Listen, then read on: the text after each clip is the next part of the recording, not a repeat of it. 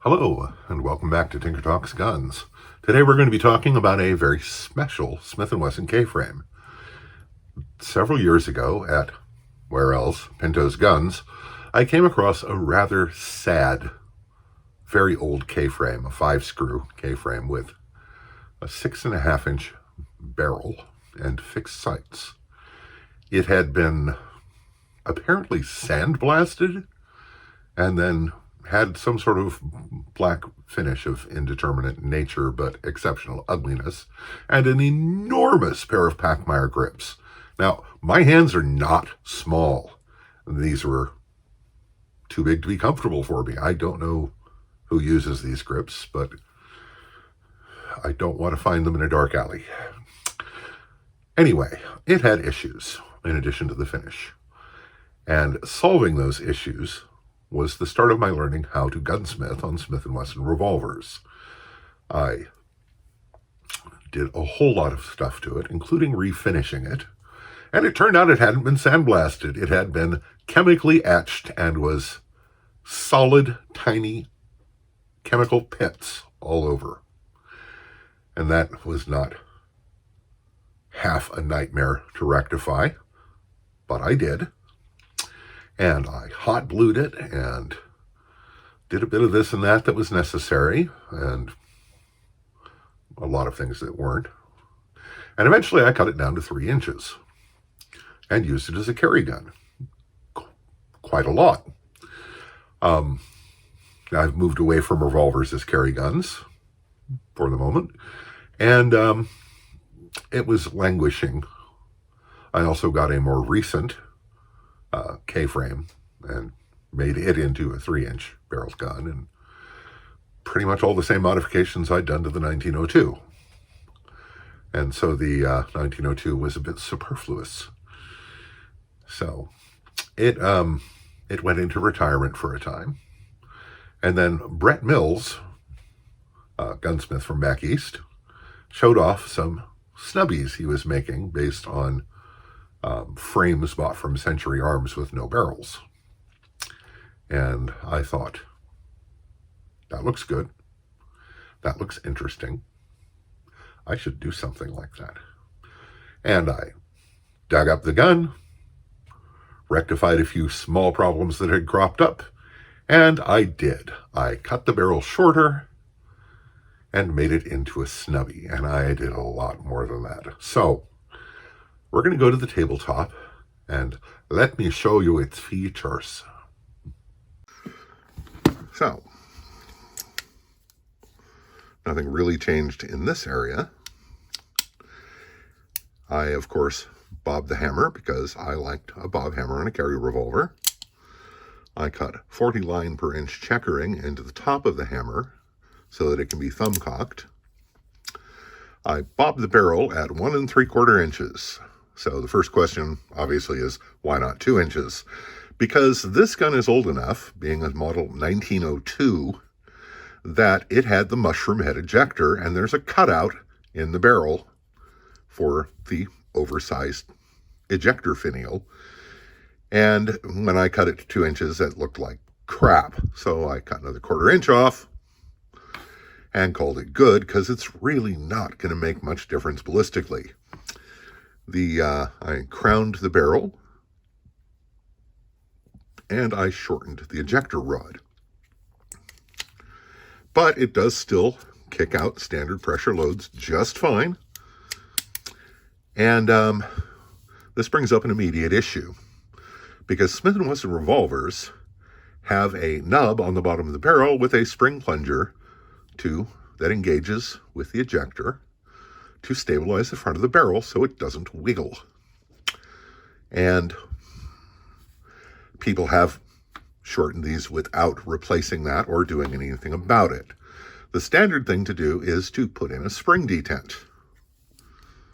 which is a little round top rod or ball barrel staked in here with a spring under it, matching up to a corresponding place under here, so that it keeps the front of the cylinder from wiggling excessively and possibly causing issues.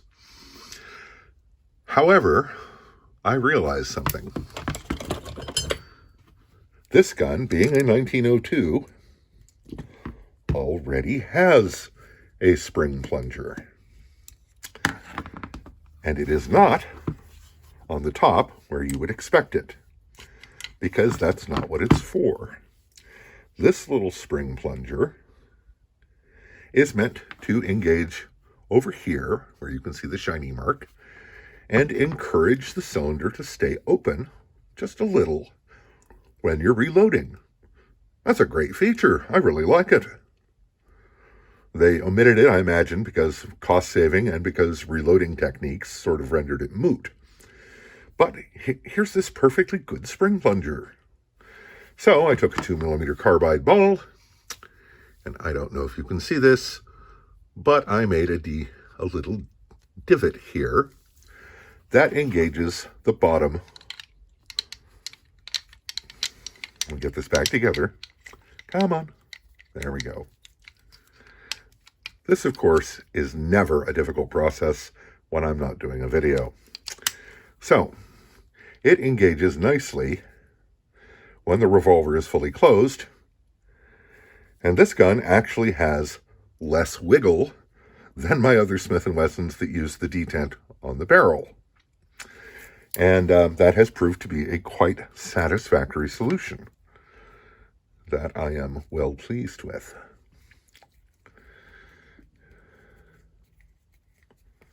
So, you need a definite pop to get the cylinder to open, but when you do, it's inclined to stay open until you close it again, and then everything's nicely anchored at the front. Win-win. Of course, it needed a new front sight, so I fabricated a half-round sight, and in a flash of brilliance, I thought I should put a bit of brass rod in there so that it would catch light and, improve the sight picture. So, then like an idiot, I put it too high up, so it's really not effective, and there's no good way to correct it. But it hasn't really been necessary, and it was just a thought. I will probably someday replace this front sight with a narrower one, but for now it works just fine, and I have no trouble putting them all in the black at 7 yards. And I also, as I am wont to do, relieve the right side of the trigger guard, so then I can go straight from the safe position to the trigger without getting caught on the front of the trigger guard. I did do a trigger job on this. I did slightly shorten the trigger return spring, left the main spring alone, and smoothed up the mating surfaces a great deal. This has resulted in a consistent 6.5 pound, super smooth double action trigger. Now, the single action trigger was about 2 pounds. And I was, on what is intended to be a carry revolver, I was not comfortable with that. So I basically redefined the single action notch on the hammer so that it now breaks very nice and crisp and clean at about 4 pounds. And that makes me happy. I also had some antler around, so I made antler grips because antler is cool.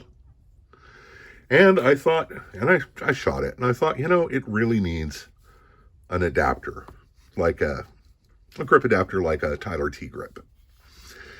And the options for those were to either pay too much for an actual Tyler T-grip on eBay, play T-grip roulette with Tyler, mail them a check, and before I die, they would probably send me a T-grip. T-grip deliveries have in the past taken anywhere from a couple months to a couple of years. So I wasn't much inclined to do that. BK grips, great product, fantastic customer service, good price, but they're plastic, and it just didn't seem right. And so I'd kind of resigned myself to doing my own T-grip adapter or getting the ivory colored T-grip adapter from BK. And then I had a different thought, because I came out to the shop and I have aircraft aluminum lying around pretty steadily. And I thought, I wonder if I have a piece of antler that I could make a T-grip adapter out of, which would be much better because antler is cool. And I thought, yeah, let's try that. So I found a piece and made a grip adapter. I'll show you that. More screwdriver porn.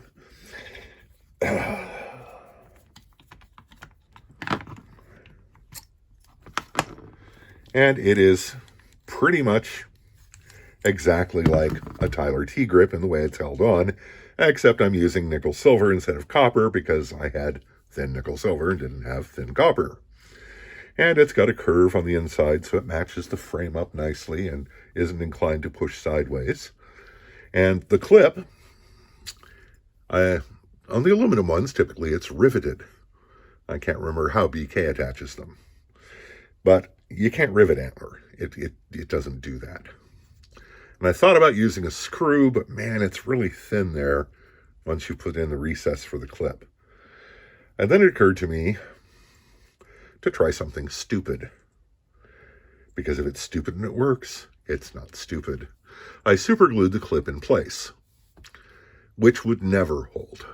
But I went out to the grinder, gathered some random grinder dust, a mix of wood, metal, and other things, antler certainly, and I filled the cavity with grinder dust, dripped super glue into it, and waited for it to harden. And when it did, I could not remove the clip. So I figured, good enough. And I put it on the gun and could not push the grip off sideways once the grips were on. So, good enough, it works. So I get the coolness of antler, a dramatically improved grip, which improves the accuracy of follow-up shots,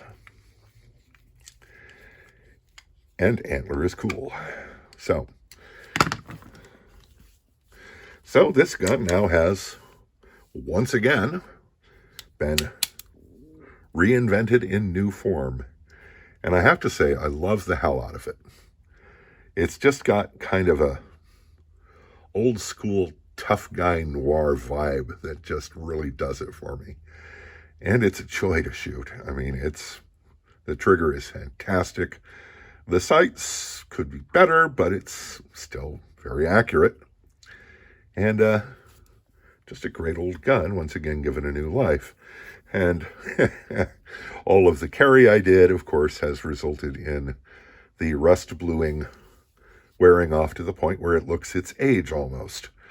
So it may have another go of rust bluing in its future.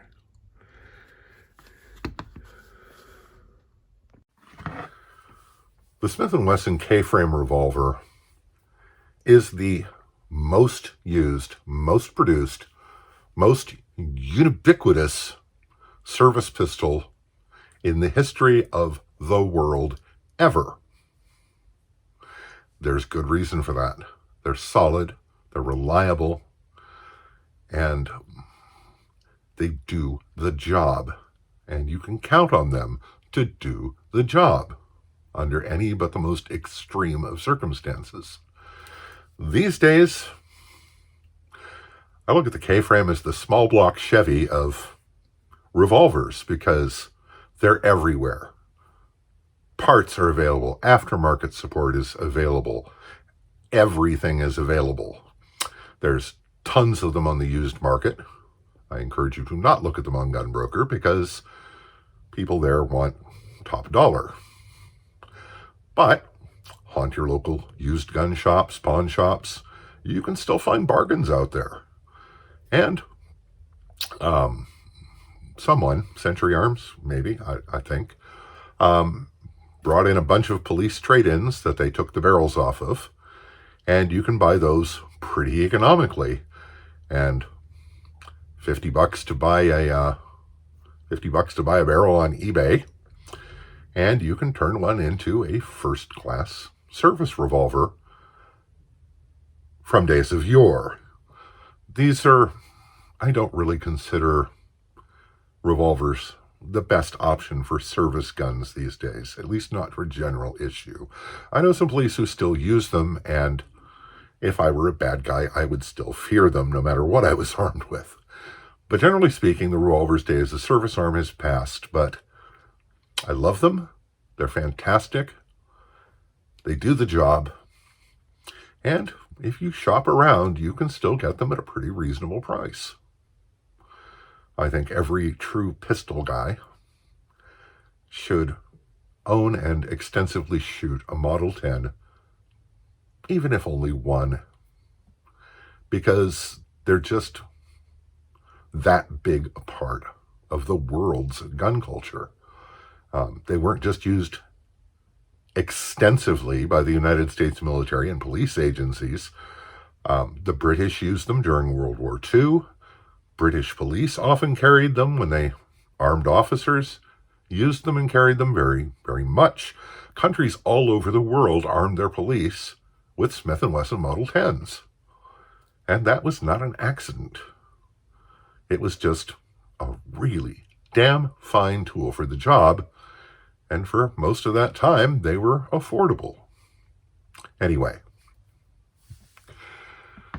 special thanks to my Patreons. You're really helping make the channel work. And if you wish to support me on Patreon, there's a link below. If you prefer a no-cost option, then just click like, subscribe, maybe leave a comment so that YouTube notices I exist. Anyway, I hope this finds you well. Stay safe, take care, and we'll talk to you again real soon.